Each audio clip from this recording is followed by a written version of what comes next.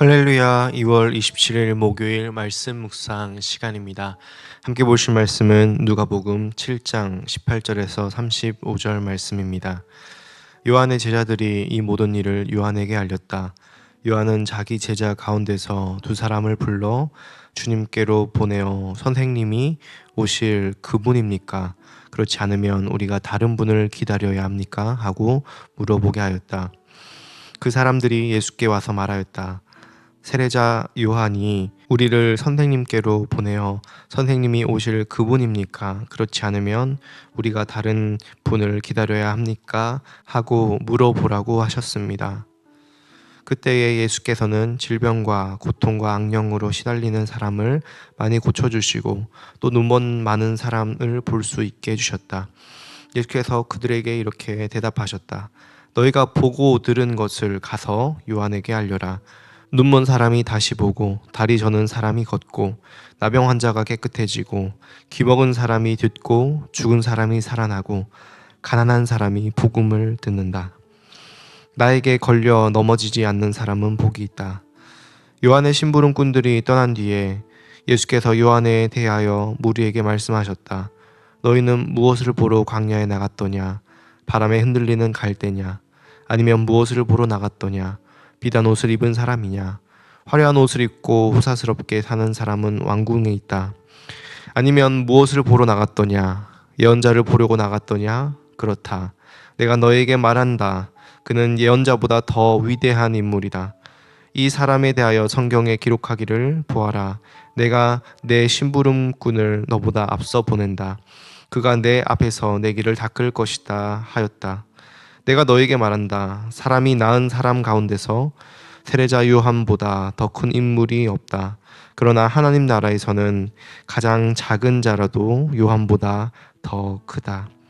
모든 백성과 심지어는 세리들까지도 요한의 설교를 듣고 그의 세례를 받았다. 이렇게 하여 그들은 하나님의 오르심을 드러냈다. 그러나 바리새파 사람들과 율법 학자들은 요한에게서 세례를 받지 않음으로써 자기들에 대한 하나님의 계획을 물리쳤다. 그러니 이 세대 사람들을 무엇에 비길까? 그들은 무엇과 같은가? 그들은 마치 어린이들이 장터에 앉아서 서로 부르며 말하기를 우리가 너희에게 피리를 불어도 너희는 춤추지 않았고 우리가 애국을 하여도 너희는 울지 않았다 하는 것과 같다. 세례자 요한이 와서 빵도 먹지 않고 포도주도 마시지 않으니 너희가 말하기를 그는 귀신이 들렸다 하고 인자는 와서 먹기도 하고 마시기도 하니 너희가 말하기를 보아라 저 사람은 마구 먹어대는 자요 포도주를 마시는 자요 세리와 죄인의 친구다 한다. 그러나 지혜의 자녀들이 결국 지혜가 옳다는 것을 드러냈다. 아멘. 오늘 본문은 세례 요한의 의심과 또 예수님의 답변이 나오는 말씀입니다. 오늘 본문에는 세례 요한이 제자들을 통해 예수님께 묻습니다. 선생님이 오실 그분이십니까? 다른 말로 하면 선생님이 바로 메시아이십니까? 라고 물어보는 것이지요. 그는 자신이 기다려온 메시아가 정말로 예수님인지 감옥에서 확신이 필요했습니다. 사실 세례 요한은 이전에 예수님을 보고 세상 죄를 지고 가는 하나님의 어린 양이라고 선언했던 믿음을 가진 사람입니다. 그런데 지금 감옥에서 의심 가운데 예수님께 다시 묻고 있습니다. 정말 예수님께서 하나님께서 보내신 아들 메시아가 맞습니까? 여러분, 왜 세례 요한이 예수님에 대해 의심하게 되었습니까? 바로 예수님의 사역이 세례 요한이 기대했던 메시아의 모습과 달랐기 때문입니다. 이 말씀을 통해서 우리가 첫 번째 확인해야 되는 것은 우리 신앙에도 이 세례 요한처럼 의심이 찾아올 때가 있습니다. 그럴 때 어떻게 해야 할까요? 의심 자체가 문제가 아니라 우리는 우리 신앙의 회의가 찾아오고 질문이 들 때에 그 질문과 그 의심을 가지고 예수님께 가져가는 것이 너무나 중요합니다. 하나님께 질문하는 것은 신앙이 성장하는 최고의 방법 그리고 신앙 성장의 과정입니다. 그 가운데 우리가 주의해야 될 것은 무엇입니까? 우리가 기대하는 방식과 우리가 생각하는 하나님이 때로는 다를 수 있다는 것입니다.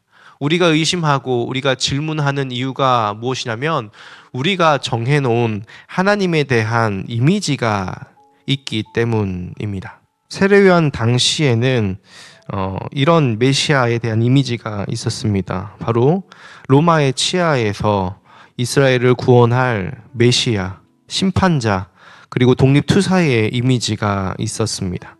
그래서 불의한 정권인 로마를 하나님께서 심판하시고 이스라엘을 당시 최고의 나라, 국가로 만드는 것이 그들이 기대했던 심판자로서의 메시아였고, 또 예수님의 제자들도 좌의정 우의정 하면서 그런 예수님 옆에서 떵떵거리고 살고 싶었던 것이 바로 그런 메시아를 기대했던 이스라엘의 당시 문화를 보여줍니다.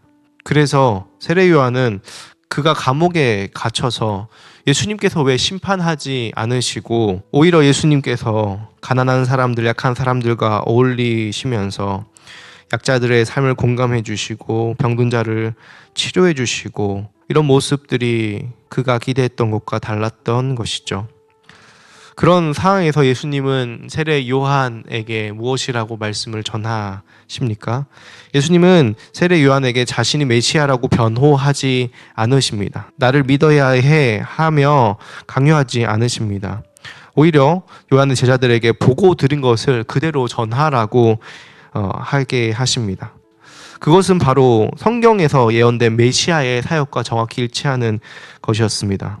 눈먼 사람이 보고 젖은 사람이 걷고 나병 환자가 깨끗해지고 기먹은 사람이 듣고 죽은 사람이 살아나며 이 땅에 불쌍한 사람들에게 하나님 나라의 환대와 구원이 베풀어지고 있다. 이것이 바로 구약 성경이 계시한 메시아의 사역이다라고 이야기하십니다. 그러면서 덧붙이십니다. 나에게 걸려 넘어지지 않는 사람은 복이 있다.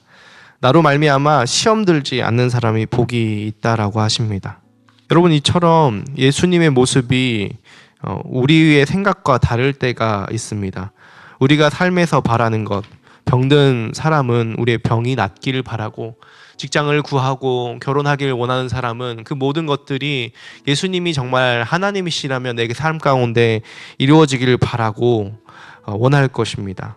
그런데 때로는 내가 원하는 모습이 아니라 하나님께서 다른 모양과 모습으로 우리 가운데 나타나실 때가 있습니다.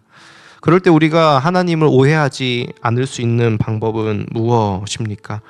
그것은 바로 성경이 계시한, 성경이 이야기하고 있는 예수님의 모습을 우리가 받아들이는 것이 너무나 중요합니다.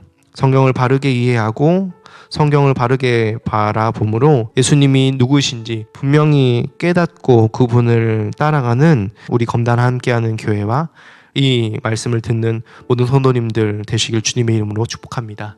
기도하겠습니다. 살아계신 하나님 참 감사합니다.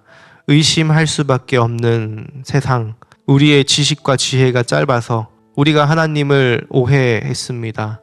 예수님을 우리가 원하는 입맛의 모양대로 만들고 싶어하는 죄성이 우리 가운데 있음을 회개하며 돌이킵니다. 오늘도 우리가 여러 가지 질문과 의심을 가지고 나아갈 때에 주님 우리에게 말씀하시어서 세상에 호도되지 않고 세상이 요구하는 방식대로 살아가지 않고 예수님이 누구이신지 바로 알고 그분의 방식대로 따라 살아가는 지혜의 아들로서 하나님 나라의 백성으로 살아가는 귀한 성도들이 다 되게 하여 주시옵소서. 감사드리며 예수님의 이름으로 기도합니다. 아멘.